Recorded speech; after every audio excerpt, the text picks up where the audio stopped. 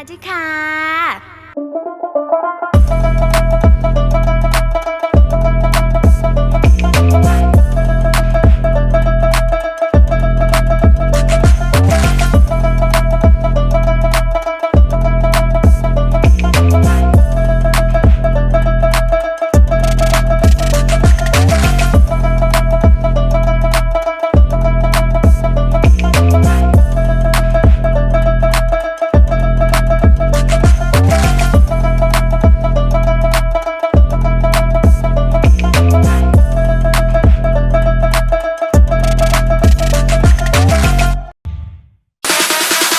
The atomic bomb.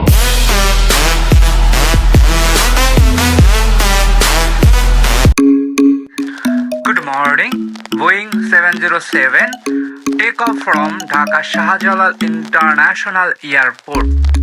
The destination is Bangkok Sarbabhumi International Airport. Thumbnail দেখে আর বুঝতে হয়তো বাকি নেই আমাদের ডেস্টিনেশনটা থাইল্যান্ড ব্যাংকক। আজ সকাল 9:30টায় ইউএস বাংলার একটি ফ্লাইটের ককপিট ধরে আমরা চলে এসেছি 2 ঘন্টা জার্নি করার পরে ব্যাংকক সর্বভূমি ইন্টারন্যাশনাল এয়ারপোর্টে।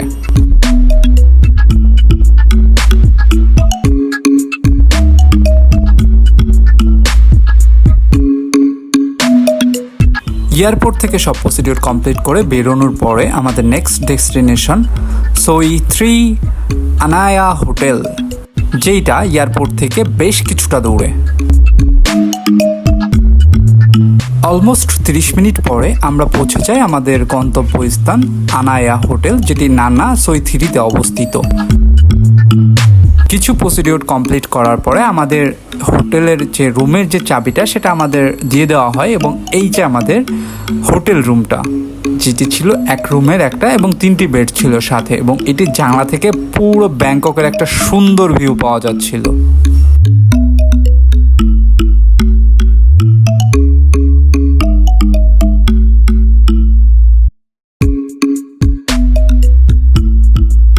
হোটেলের ভিতরে সুন্দর একটা ইনক্লুডেড সুইমিং পুল ছিল, যেটা যখন ইচ্ছা তখন ব্যবহার করা যায়, এবং হোটেলের সামনে রাস্তাটা খুবই সুন্দর ছিল। এটি নানা সোই 3 বামুঘাট হসপিটালের একদম সামনে ছিল।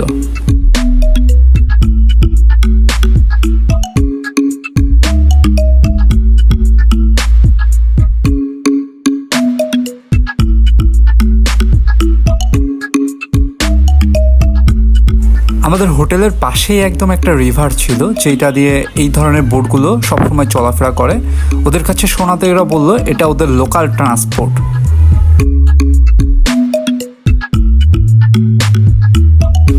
এইটা মেনলি ছিল আমাদের হোটেল রুমের সিটিং এরিয়া। এইখানে বসে কিছুটা সময় আড্ডা মারা যায় বা কিছু সময় রিফ্রেশিং হওয়া যায়, এবং এটি খুব সুন্দর একটা জায়গা ছিল।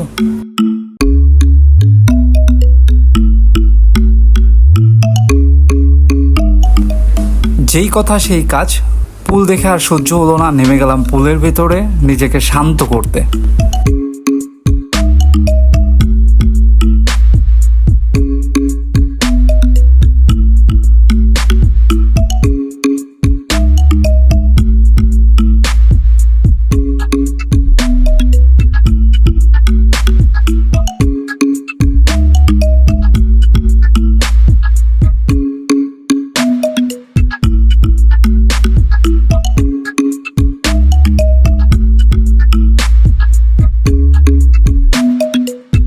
ঠিক পরের দিন সকালে আমরা বেরিয়ে পড়লাম আমাদের কাজের উদ্দেশ্যে, এবং যেই রাস্তাগুলো খুবই সুন্দর। এইটি একটি হসপিটালের ভিতরের দৃশ্য, যেই হসপিটালটির নাম ছিল Samita bathe hospital in Bangkok, এবং এত সুন্দর ছিল জায়গাটা। এবং এইটি আরেকটি হসপিটাল যেটির নাম ছিল বামনঘাট হসপিটাল।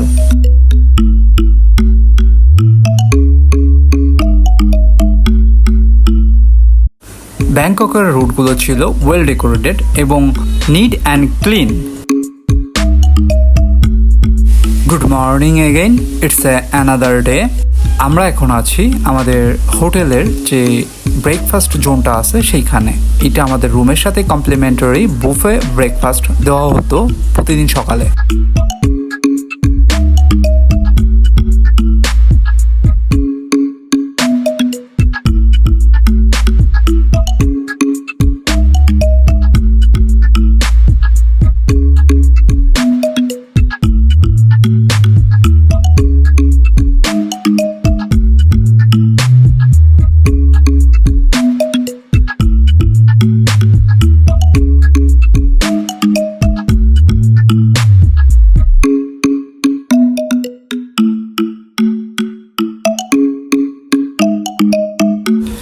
ব্যাংককের ওয়েদারটা ছিল এভারেজ এবং খুবই সুন্দর, যদিও খুব বেশি গরমও না, খুব বেশি ঠান্ডাও না। রাতে একটা সি ফুড মার্কেটে চলে আসলাম, যেখান থেকে আমরা সি ফুড ট্রাই করলাম এবং কিছু লোকাল মানুষের সাথে এখান থেকে কথা বলার ট্রাই করলাম এবং বোঝা গেল লোকাল মানুষগুলো খুবই ফ্রেন্ডলি।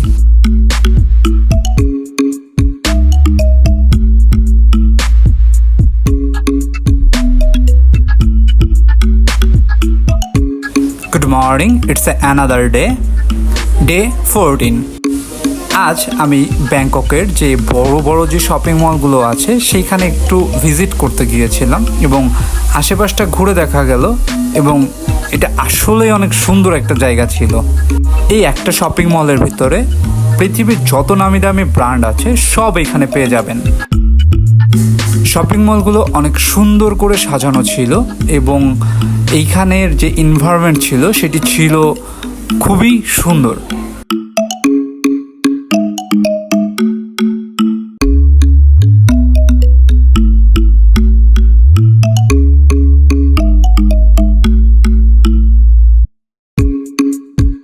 এইখানে একটা কনসার্ট হচ্ছিল এবং লাকিলি এটি আমি দেখার সুযোগ পাই।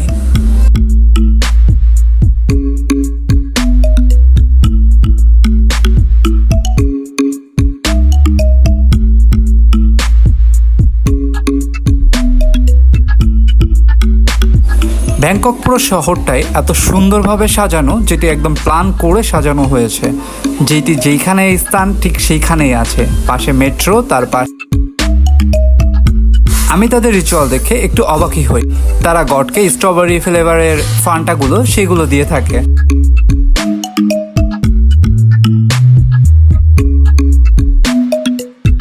রাতের ব্যাংকক শহরটা ছিল খুবই সুন্দর, যেটি দুই চোখে দেখার মতন চোখ জুড়িয়ে যায় এবং আবার একটা নতুন সকাল।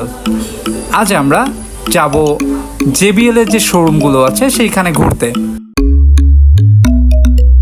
পাশেই একটা JBL এর শোরুম ছিল এবং সেইখানে আমরা যখন ভিজিট করলাম আমরা দেখে অবাক হলাম, যেইটি আমাদের স্বপ্ন ছিল সেই সব ডিভাইসগুলোই এখানে অ্যাভেলেবেল এবং পাওয়া যাচ্ছে খুব রিজনেবল প্রাইসে, যেটি আমাদের বাংলাদেশে খুবই এক্সপেন্সিভ, সব এক ছাদের নিচে পাওয়া যাচ্ছিল।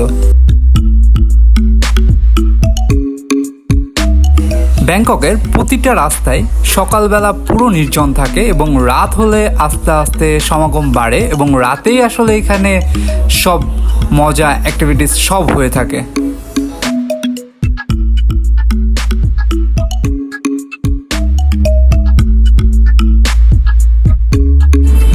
আজ আমার ব্যাংকক শহরে লাস্ট দিন, মানে 19তম দিন। কাল 20তম দিন আমার ফ্লাইট বাংলাদেশের জন্য রওনা হবে, তাই আশেপাশে যেই জায়গাগুলো আছে নিজেই একটু দেখে নেওয়ার ট্রাই করলাম। প্রচণ্ড সুন্দর ছিল ব্যাংকক, যেটি আসলে ভোলার মতো নয়। Today is day 20 and it is my last day. So এখন আমি এয়ারপোর্টের উদ্দেশ্যে যাচ্ছি এবং আমার ফ্লাইট ছিল দুপুর 1টার সময় বাংলাদেশের উদ্দেশ্যে, US বাংলা।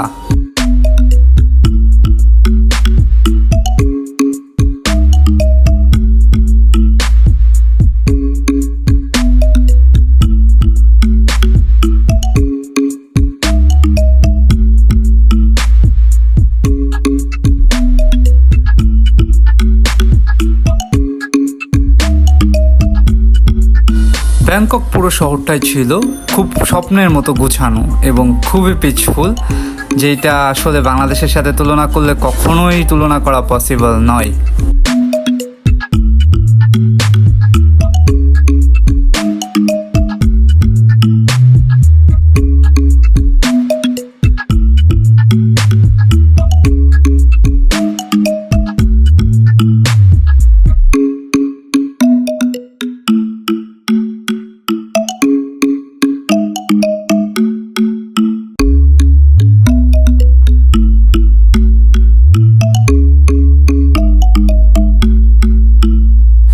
ব্যাংকক যে এয়ারপোর্টটা ছিল এটি ছিল প্রচণ্ড বড় একটি এয়ারপোর্ট এবং প্রচণ্ড ব্যস্ত একটি এয়ারপোর্ট এবং খুবই সুন্দরভাবে গোছানো একটি এয়ারপোর্ট।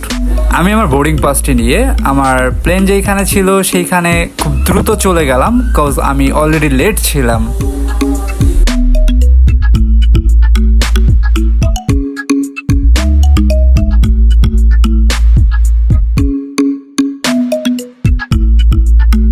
এবং 2 ঘন্টা ফ্লাই করার পরে আমি আবার ঢাকা ফিরে এলাম।